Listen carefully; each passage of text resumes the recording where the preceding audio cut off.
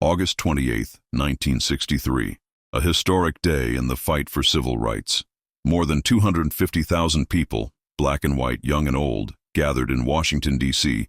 to demand equality, justice, and economic opportunity. This was the March on Washington for Jobs and Freedom.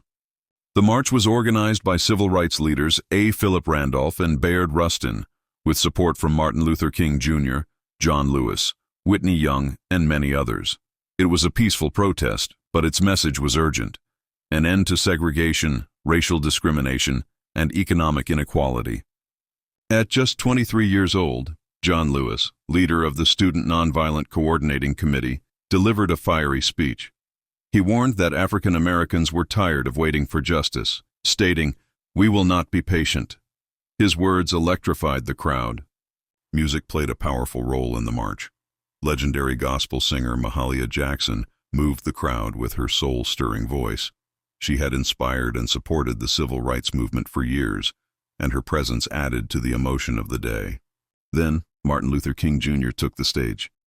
His prepared speech was already powerful, but what happened next would change history.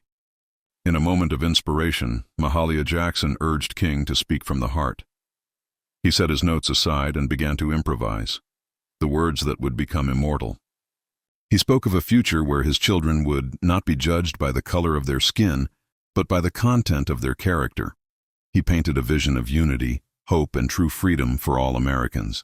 His words echoed across the National Mall and into the hearts of millions watching on television.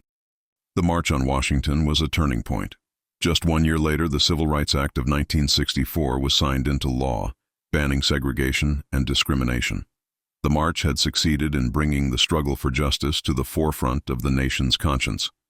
Today, the March on Washington stands as a symbol of courage, unity, and the power of peaceful protest.